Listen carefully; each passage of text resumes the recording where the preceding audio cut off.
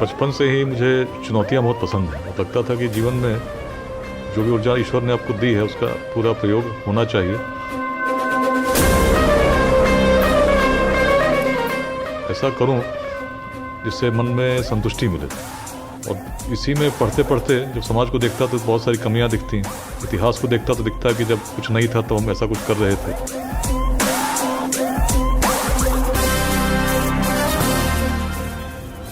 उस प्रेरणा ने समाज के कार्यों में योगदान देने के लिए प्रेरित किया।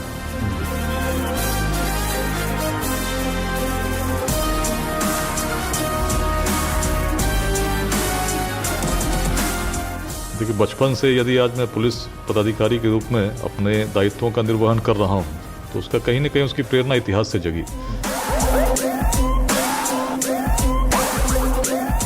अपने आप को कभी कमजोर मत आंकना। ईश्वर ने सभी शक्तियां तुम्हारे अंदर दी हैं। अपने विश्वास को जागृत करो, आगे बढ़ो, स्वयं स्थापित हो जाओ। और एक बार जब स्थापित हो गए तो केवल स्वयं तक सीमित न रहो। उस प्रेरणा का प्रसार करो। समाज में कुछ न कुछ निस्वार्थ भाव से योगदान देने का प्रयास अवश्य करो। निश्चित हम बदलेंगे और मिलकर जब बदलेंगे तो अपने आप को अपने जीवन काल में संतुष्ट होकर गौरवान्वित करेंगे।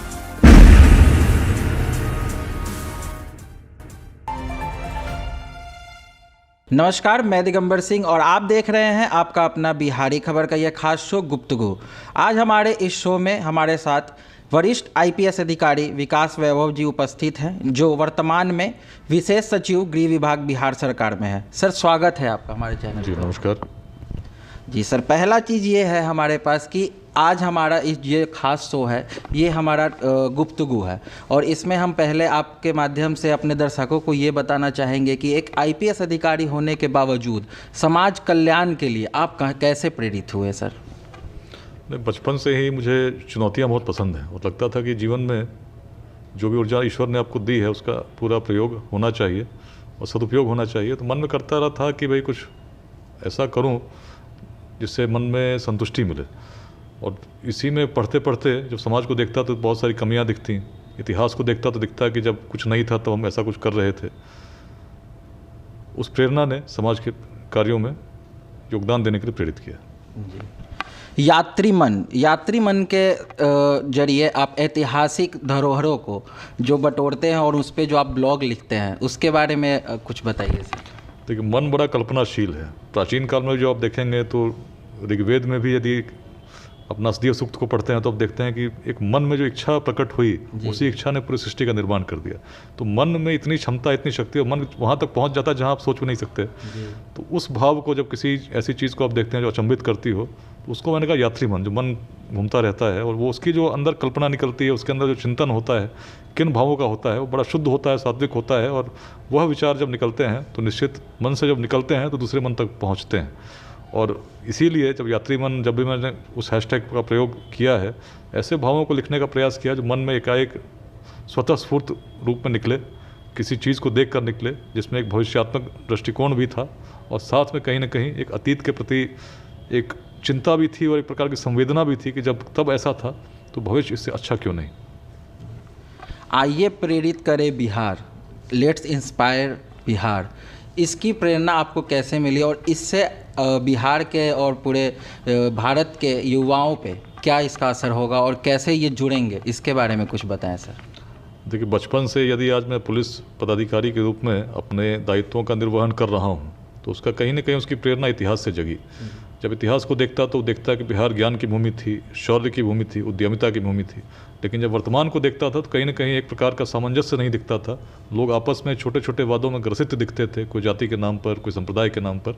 और ऐसा लगता था कि आपस में जो संघर्ष करते जा रहे हैं इसके कारण सहयोग की भावना मिटती जा रही है। और जब तक लोग सहयोग नहीं करेंगे, समाज जब तक एक रूप में नहीं चलेगा तो भला समाज का विकास कैसे होगा। इसी भाव को जब बिहार के रूप में मैं देखता हूँ तो देखता हूँ जब संसाधन नहीं थे, मार्ग नहीं थे, आज की तरह उन्नत प्रौद्योगिकी नहीं थी और संचार के माध्यम भी इतने विकसित नहीं थे, तब क्या क्षमता थी हमारे पूर्वजों की जो हर कड़ी को जोड़ सकते थे। कहीं न कहीं ऐसी सहयोग की भावना थी, तभी तो छोटे छोटे राज्यों को, गणराज्यों को, गणमुखों को हम मिलाकर एक अखंड भारत के साम्राज्य का निर्माण उस समय कर पाए जब इस प्रकार के संसाधन नहीं थे। आज की जो भारत की सीमा है उससे कहीं विशाल हमारी सीमा तब थी जब बामियान के उस पार तक भी भारत में बिहार के पाटलिपुत्र से चलकर व्यक्ति एक अधिपति के रूप में शासन करता था। भावना कैसे जागृत हुई, कुछ ना कुछ तो अद्भुत रही होगी। बिहार को जब देखते हैं तो दिखता है कि भाई यहाँ तो हर चीज़ ही अद्भुत थी। चिंतन ऐसी थी कि प्राचीन काल में जब विश्व में लोग अलग अलग प्रकार का चिंतन करते थे तो हमारा चिंतन केवल भौतिकवादी चीज़ों तक नहीं था, आध्यात्मिक तत्वों के गूढ़ रहस्यों तक जाना चाहते थे। तभी तो वेदांत का जन्म बिहार में हुआ।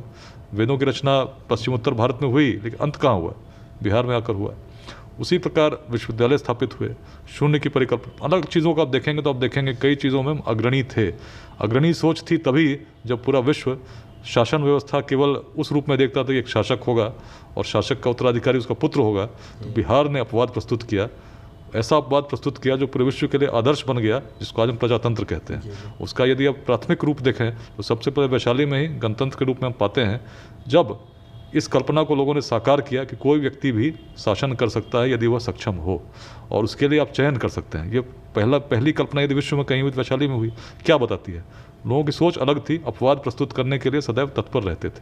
उसी प्रकार यदि आप देखें मगध साम्राज्य का विस्तार क्यों हुआ, वहाँ भी यही बात दिखती है।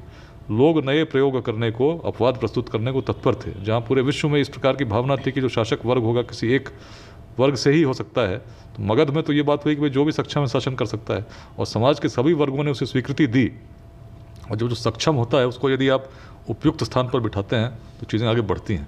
मगध का जब विस्तार हुआ तो विस्तार केवल आज के बिहार की सीमाओं तक नहीं रहा, वह तो बामियान के पार तक चला गया, दक्षिण तक चला गया, हिमालय के उत्तर तक चला गया।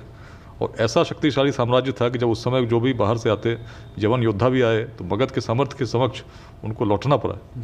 और कल्पना यदि उस समय के लोगों की देखेंगे तो बताते हैं कि पाटलिपुत्र उस समय विश्व का सर्व प्रमुख नगर था। जो बात हमारे पूर्वज तब कर सकते थे, तो ऊर्जा तो आज भी वही होगी, उन्हीं के वंशज हम हैं। लेकिन हम अपनी ऊर्जा लगा कहाँ रहे हैं? यदि ऊर्जा सही दिशा में लगेगी तो निश्चित चीज़ें उस समय जब संसाधन नहीं थे तब हो सकते थे, तो संसाधनों के साथ तो मल्टीप्लायर इफेक्ट होना चाहिए, आप और ज़्यादा आगे जाने चाहिए। लेकिन आप ऊर्जा लगाएंगे आप लड़ने में, आप देखेंगे भाई दूसरा आदमी आगे बढ़ रहा है उसको खींच के नीचे कर दें। यदि यहाँ आपकी ऊर्जा नकारात्मक चीज़ों में लगी तो निश्चित समाज आगे नहीं बढ़ेगा। इसके लिए सचेत करना होगा, लोगों को बताना होगा।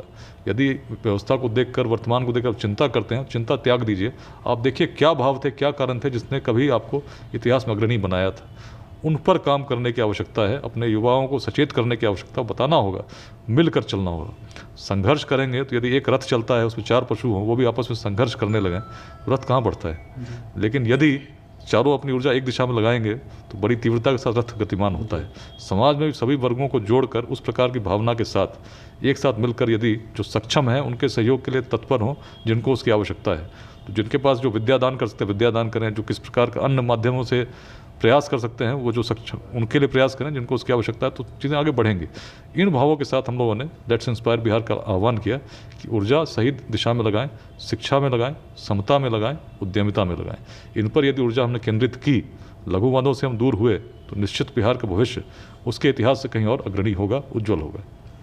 सर, बिहार जो है और बिहारी, ये शब्द बिहार के बाहर जो इस्तेमाल होते हैं वो बहुत लोग जैसे अन्य राज्यों में सही नज़रिए से इस शब्द का प्रयोग नहीं करते हैं। तो बिहारी जो है, आपने देखा कि कोरोना काल में पलायन किए बहुत सारे मजदूर हैं, या और भी आम जनता लोगों को बहुत सारी परेशानी उठानी पड़ी। पिछले बीते कई सालों में अन्य राज्यों में बिहारियों के साथ बहुत सारा दुर्व्यवहार होता है। तो इन सब चीज़ों पे आप क्या कहना चाहेंगे सर? नहीं, ये तो मैं ये कहता हूँ एक समय ऐसा भी था, स्मरण करना चाहिए, जब बिहार से राजदूत, क्या मतलब वहाँ से एम्बेसडर चला करते थे जो विदेशों में रहा करते थे। और अपने देश में तो हर क्षेत्र में यहाँ से गवर्नर्स जाया करते थे। उस बिहार के यदि स्मरण करते हैं तो कमी कहाँ है? स्वयं विधाता हो रे मानव, अंतर में विश्वास जगाओ, चलो न मिटते पद चिन्हों पर, अपने सूर्य स्वयं बन जाओ। प्रयास कीजिए, आज भी प्रयास कीजिए, ऊर्जा वही है। सही दिशा में आप लगाएंगे तो जो चिंता आज हो रही है उसमें समाधान होता है। व्यक्तिगत रूप में जहाँ भी एसपी के रूप में पदस्थापित रहा, बड़ी चुनौतियाँ थीं। लोग कहते थे बगहा में अपराध समाप्त नहीं हो सकता है, रोहतास में उग्रवाद समाप्त नहीं हो सकता, लेकिन जब लोगों को हम लोगों ने जोड़ा, निस्वार्थ भाव से काम करने का प्रयास किया, मन की बात से उनसे जुड़े, उनके पूर्वजों की प्रेरणा को हमने जागृत करने का प्रयास किया, तो जो लोग असंभव कहते थे वह भी संभव हो गया। उसी प्रकार से बिहार में यदि हम देखेंगे रिसोर्सेज क्या है, हमारी मानव संसाधन है, जो कृषि में कैपेबिलिटीज़ हैं, उद्यमिता की भावना को यदि हमने जागृत कर दिया नए उद्यम कैसे स्थापित हों, इसके लिए हम लोगों ने लोगों को प्रेरित करना प्रारंभ कर दिया, तो अब देखेंगे चीज़ें बदल जाएंगी। लेकिन उस भावना को हम कैसे जगाएंगे? तो सबसे पहले हमको युवाओं को जगाना होगा कि भाई कारण क्या थे। उद्यमिता की भावना तो ऐसी थी कि एक समय बिहार के लोग दक्षिण पूर्वी एशिया तक व्यापार करने जाते थे कि नहीं जाते थे। नौकाओं का निर्माण चंपा में ऐसा होता था जिसका विवरण हमें रामायण में मिलता है, महाभारत में पढ़ने को मिलता है। किस प्रकार चंपा की नौकाएं जब चलती थी गंगा में तो क्या भाव से उसमें नृत्य किया करती थी, तो कैसी विशाल नौकाएं रहा करती होंगी। तो उस समय जब ऐसी उद्यमिता की भावना थी तो आज क्यों नहीं है? कहीं न कहीं परिवर्तन की आवश्यकता है, और परिवर्तन कोई असहज नहीं है। हम वही थे, आज भी वही हैं। बस चिंतन करना होगा कि किस दिशा में हमारी ऊर्जा लग रही है। सही दिशा में जहाँ लगनी प्रारंभ हुई और जहाँ एक व्यक्ति प्रेरित हो जाता है, दूसरों को प्रेरित करना प्रारंभ करता है, आप देखते हैं श्रृंखला बन जाती है, चीज़ें बदलने लगती हैं। आवश्यकता केवल उस सकारात्मक भाव को जागृत करने की है, जीवित करने की है, उसको आगे लेकर चलने की। सर, आखिरी सवाल मैं आपसे ये कहना चाहूँगा कि बिहारी खबर के हमारे डिजिटल प्लेटफॉर्म के माध्यम से आज के युवाओं को आप क्या संदेश देना चाहेंगे, वो दे दीजिए। अपने आप को कभी कमज़ोर मत आंकना। ईश्वर ने सभी शक्तियाँ तुम्हारे अंदर दी हैं। अपने विश्वास को जागृत करो, आगे बढ़ो, स्वयं स्थापित हो जाओ, और एक बार जब स्थापित हो गए तो केवल स्वयं तक सीमित न रहो। उस प्रेरणा का प्रसार करो, समाज में कुछ न कुछ निस्वार्थ भाव से योगदान देने का प्रयास अवश्य करो। निश्चित हम बदलेंगे, और मिलकर जब बदलेंगे तो अपने आप को अपने जीवन काल में संतुष्ट होकर गौरवान्वित करेंगे। धन्यवाद। बहुत बहुत धन्यवाद सर। आगे की और ऐसी खबरों के लिए और ऐसे गुफ्तगू के लिए आप हमसे जुड़े रहें। हमारे पेज को लाइक शेयर और सब्सक्राइब करना ना भूलें। धन्यवाद।